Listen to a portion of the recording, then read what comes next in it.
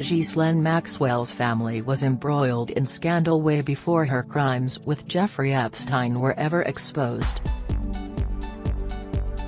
The socialite, who became close friends with billionaire pedophile Jeffrey Epstein, was convicted of grooming and child sex trafficking in December last year and faces 65 years in prison.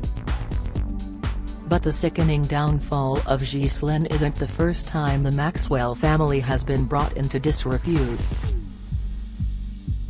Eye-opening new BBC documentary series, House of Maxwell, charts the story of one of the most extraordinary family sagas the world has ever seen, told using intimate first-hand accounts and exclusive sources of archive. The first episode focuses on media tycoon Robert Maxwell, whose death in the most mysterious of circumstances after falling off his yacht triggered the collapse of his publishing empire, which had included the Mirror. While it was previously believed Maxwell died before Ghislaine met Epstein, it is now being claimed in the BBC series that the pedophile was actually employed by the disgraced media mogul to hide the hundreds of millions he stole. A larger-than-life and celebrated figure, Maxwell soon went from hero to villain as it was found that he had looted millions from the Mirror pension fund to prop up his debt-ridden business empire. Get the news you want straight to your inbox. Sign up for a Mirror newsletter here. His treachery condemned many of his workers to poverty and left his newspapers on the verge of collapse. It is now being claimed that Maxwell met Epstein before his death through his daughter and may have employed the pedophile's services.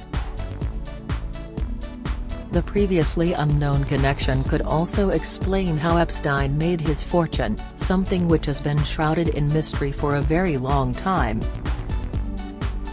Speaking in tonight's documentary, a former friend of Ghislaine, Vasi Chamberlain, says, "I was in the city and I had some friends who worked on Wall Street during that time and they heard that Jeffrey Epstein and Robert Maxwell had entered into an agreement before Robert Maxwell's death, whereby certain funds had been siphoned off. That is what Jeffrey Epstein was doing at the time, he was helping very rich people park their money offshore, to avoid tax." Colin Barr, the executive producer of the series, adds, "I think we now know for a fact that Robert Maxwell and Jeffrey Epstein knew one another before Maxwell died, I think there is no question about that."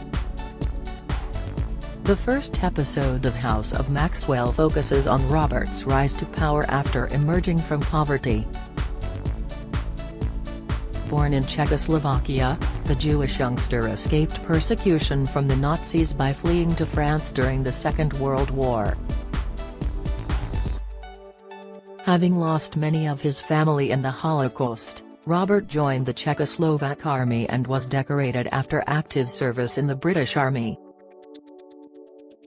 After the war was over, Robert stepped into the world of publishing and built up Pergamon Press into a booming publishing house before spending 6 years as a Labour MP in the 60s. Turning back to focus on his business, he successfully bought several major publishing houses, including Mirror Group newspapers, but had to sell some of them in 1989 to cover his debts.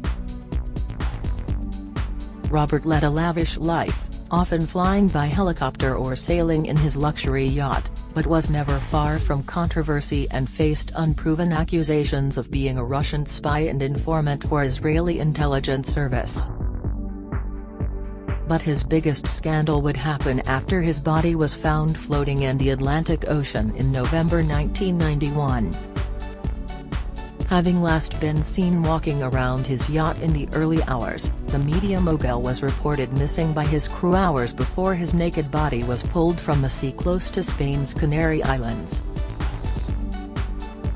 With the Spanish authorities ruling out foul play and the family insisting he would never take his own life, conspiracy theories abound to this day. While pathologists were unable to determine his cause of death, Some suggested that the 22-stone man had tripped while urinating overboard, which he often did naked.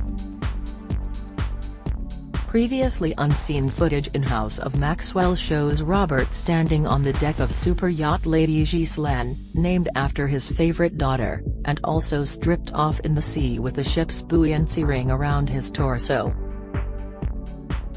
Years later, his sons Kevin and Ian Maxwell told the Sunday Times they did not believe their father took his own life and don't think he was murdered. "If I say anything about it, I think it is highly unlikely that he would have taken his own life. It wasn't in his makeup or his mentality," Kevin explained. "I don't think any murder conspiracy stands up, so for me, it is an unexplained accident and I'm content to live with that."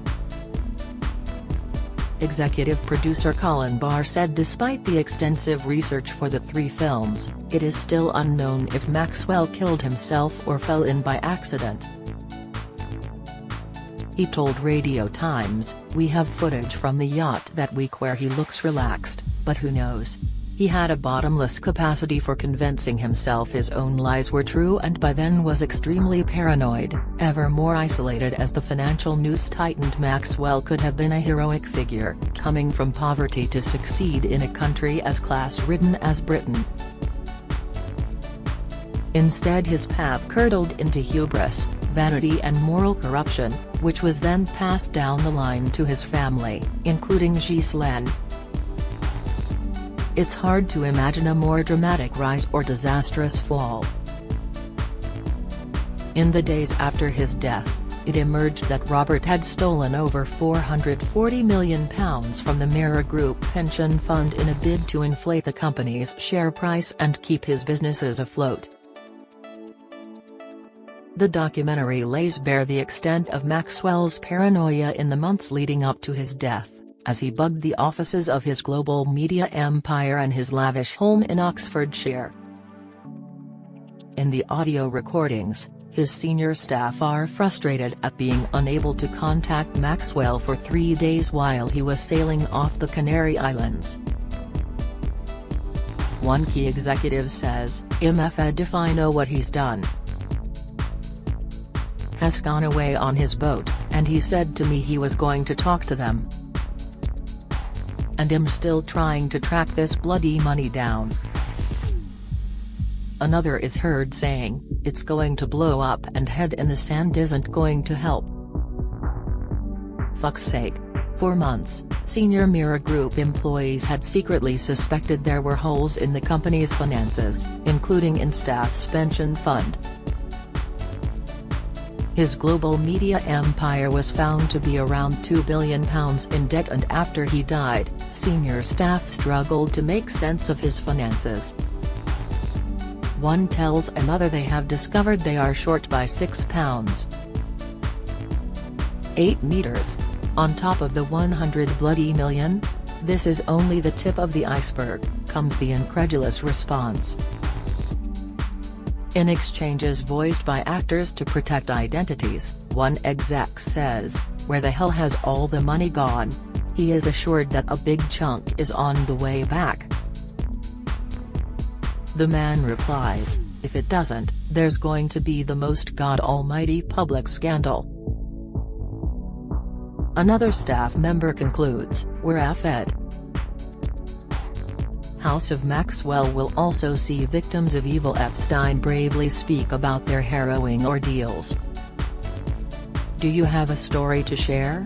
Email webfeatures@trinitymirror.com.